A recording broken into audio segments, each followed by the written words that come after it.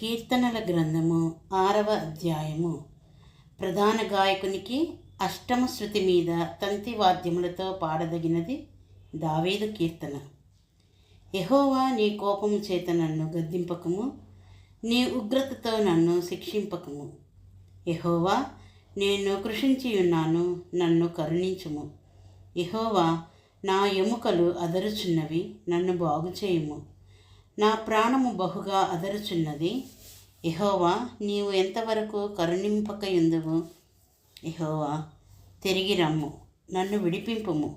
నీ కృపను బట్టి నన్ను రక్షించుము. మరణమైన వారికి నిన్ను గూర్చిన జ్ఞాపకము లేదు.